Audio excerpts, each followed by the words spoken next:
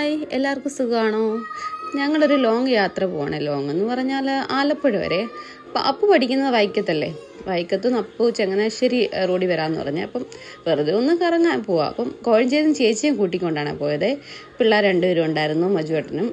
അപ്പു ചങ്ങനാശ്ശേരി ആലപ്പുഴ റോഡിൽ നിൽക്കുമെന്നാണ് പറഞ്ഞത്. അപ്പം വെറുതെ ഒന്നും പോകാമെന്ന് വിചാരിച്ച് വെറുതെ ഇരിക്കില്ല. പിന്നെ അങ്ങനെ അപ്പൂനെ ഞങ്ങൾ ഇടയ്ക്ക് വെച്ച് കൂട്ടി ഞങ്ങൾ എല്ലാവരും കൂടെ പോകും. അപ്പം അപ്പൂനോട് മജുവേട്ടൻ പറഞ്ഞ് ആലപ്പുഴ എവിടെ കാണാൻ സ്ഥലമെന്നൊക്കെ നോക്കാമെന്ന് നോക്കിയിട്ട് കിട്ടുന്ന ഇപ്പോൾ ചൂടൊക്കെ അല്ലേ. അപ്പം നമ്മൾ ബീച്ചിൽ പോകാമെന്നാണ് തീരുമാനിച്ചു ലാസ്റ്റ് കേട്ടോ. അങ്ങനെ പോകുന്ന വഴിക്ക് കുറച്ച് വീഡിയോസൊക്കെ എടുത്തു, പാട്ടൊക്കെ പാടി എല്ലാവരും പോകുന്നത് കേട്ടോ. എവിടെ പോകേണ്ടതെന്ന് ഒരു ഐഡിയ ഇല്ലായിരുന്നു.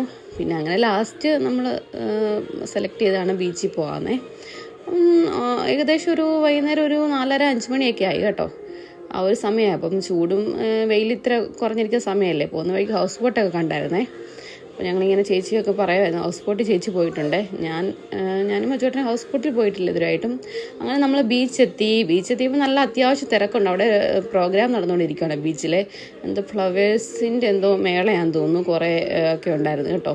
അങ്ങനെ കുറേ നല്ല തിരക്കൊക്കെ ആയിരുന്നു. അപ്പം അവിടെ ചെന്ന് കുറേ വീഡിയോസൊക്കെ എടുക്കാമെന്ന് വിചാരിച്ചു. വിഷൂട്ടി വിഷൂട്ടി ആദ്യമായിട്ടാണ് ബീച്ചിൽ പോകുന്നത്. മാമാട്ടി ഒരുപാട് പ്രാവശ്യം പോയിട്ടുണ്ട്.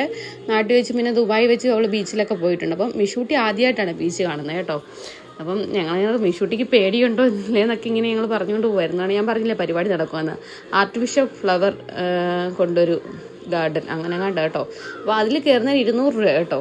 ഞങ്ങൾ കയറിയില്ല. നമ്മൾ പിന്നെ ദുബായിൽ നിന്ന് മറ്റേ ഇതൊക്കെ കണ്ടിട്ടുണ്ടല്ലോ, മിറാക്കിൾ ഗാർഡനൊക്കെ. അപ്പോൾ ഞങ്ങൾ വെറുതെ ബീച്ചിലൊക്കെ ഒന്ന് കറങ്ങാമെന്ന് വിചാരിച്ചിറങ്ങിയതാ. കുറച്ച് ഫോട്ടോസും വീഡിയോസൊക്കെ എടുക്കാമല്ലോ. അപ്പോൾ അങ്ങനെ കരുതി വന്നാൽ മാമാട്ടി ബീച്ച് കണ്ടപ്പോഴൊന്ന് ഹായ് എന്ന് പറഞ്ഞു. അവൾക്ക് ഭയങ്കര ഇഷ്ടം. ആദ്യമൊക്കെ ബീച്ചിലുള്ള ദുബായ് വെച്ച് പോകുമ്പോൾ അങ്ങനെ നൈറ്റിലൊക്കെ പോകുമ്പോൾ അവൾക്കൊരു പേടിയുണ്ടായിരുന്നു. ഇപ്പം ഭയങ്കര ഇഷ്ടമാണ് കേട്ടോ ഇങ്ങനെ കളിക്കാനും ഒക്കെ. വിഷൂട്ടി ഇങ്ങനെ നോക്കുമായിരുന്നു. അപ്പോൾ ഞങ്ങൾ പറഞ്ഞു അവിടെ കുറേ നേരം ഞങ്ങൾ മേളയുടെ അവിടെയൊക്കെ ഒന്ന് എന്നിട്ട് പിന്നെ ഞങ്ങൾ അങ്ങോട്ട് ബീച്ചിൻ്റെ അടുത്തോട്ടൊക്കെ പോയി കേട്ടോ. അത്യാവശ്യം നല്ല തിരക്കാന്ന് ഞാൻ പറഞ്ഞില്ലേ. നല്ല തിരക്കുണ്ടായിരുന്നു. പിന്നെ നല്ല കാറ്റുണ്ടല്ലോ ഈ സമയത്ത്. ബീച്ചിൽ ഇരിക്കാൻ നല്ല സുഖമല്ലേ ഈ ചൂടൊക്കെ ആകുമ്പോഴേ. നല്ല കാറ്റുണ്ടായിരുന്നു. അങ്ങനെ ഞങ്ങൾ കുറച്ച് വീഡിയോസൊക്കെ എടുത്തിട്ട് അങ്ങനെ ബീച്ചിലോട്ട് കൊണ്ടുപോകാം കേട്ടോ. മാമാട്ടിക്ക് അതിനകത്തിൽ ഈ കറങ്ങുന്ന സാധനം ഉണ്ടല്ലോ പിള്ളേരുടെ, അത് അങ്ങോട്ട് ചൂണ്ടി കാണിക്കാൻ ഷൂട്ടി അങ്ങനെ കാണിക്കും കേട്ടോ. അവൾ ആദ്യമായിട്ടല്ലേ കാണുന്നേ.